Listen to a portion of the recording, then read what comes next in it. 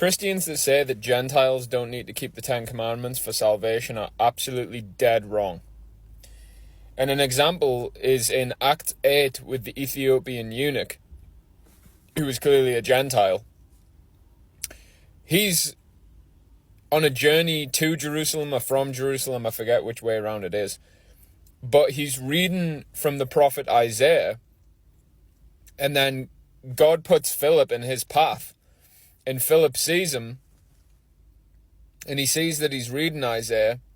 So he hops into his chariot and he says, "Do you understand what you're reading?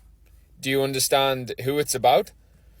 And the Ethiopian eunuch says, "How can I unless someone teaches me?"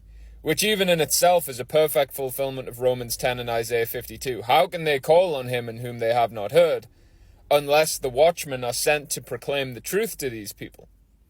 So he says, how can I understand unless somebody teaches me? And then he asks this question. The person that the prophet's talking about, is he talking about himself or is he talking about someone else? And then Philip starts to explain to him from the scripture, which is Isaiah 53, that it's about the Messiah. And then 10 minutes on from there, you get to Isaiah 56, and Philip would have just kept reading because the chapter breaks are a man-made tradition. You know, like Isaiah 53 through to 56 is just one continuous passage. It doesn't stop. So then you get to Isaiah 56, and it's talking about these sons of the stranger, Gentiles, who are going to get grafted into Israel if they obey God. And it says, "Blessed is the eunuch that keeps my Sabbath from polluting it." So you can imagine very well that the Ethiopian eunuch probably shit his pants and he was like, "Oh my goodness, that's talking about me. I'm the eunuch. I'm the guy who wants to obey God." That's why he was reading the scriptures. So then he stops the carriage and he says to Philip, "Can I go and get baptized?" And Philip says, "Yeah, there's nothing stopping you." So why would the Ethiopian eunuch feel the need to get baptized? Well, because when he reads, "Blessed is the eunuch that keeps my Sabbath," he now has a conviction to keep the Ten Commandments. And what baptism actually represents is being born again, dying to sin, and being born again into the Holy Covenant through keeping the Ten Commandments. And God will give you the Spirit of grace, which is conviction, to do that.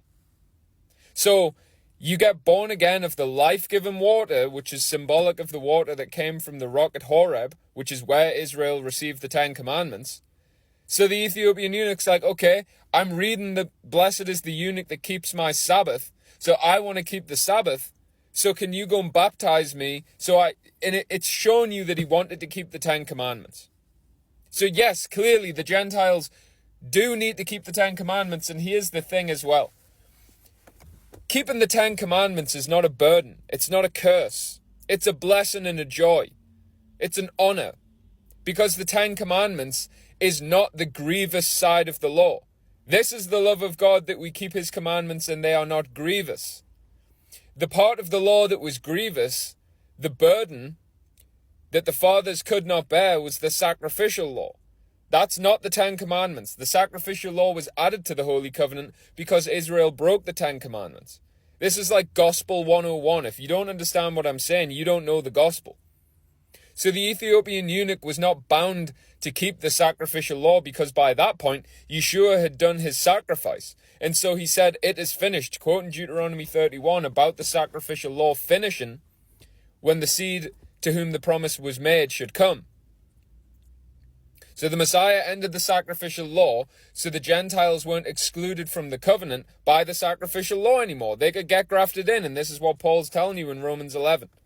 That the wild branches can get grafted into the commonwealth of Israel if they don't do the same thing that Israel did to get kicked out in the first place. What did the northern kingdom of Israel do? They broke the Ten Commandments.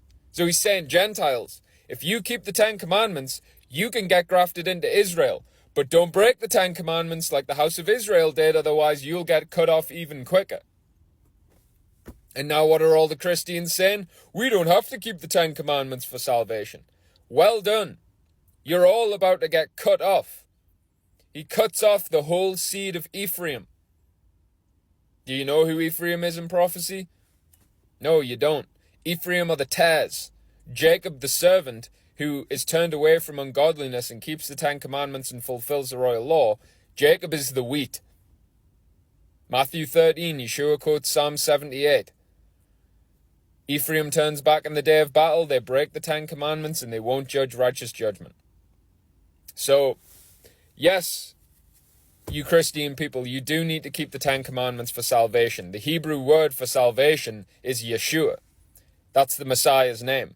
So your salvation taught you the 10 Commandments. Deuteronomy 18.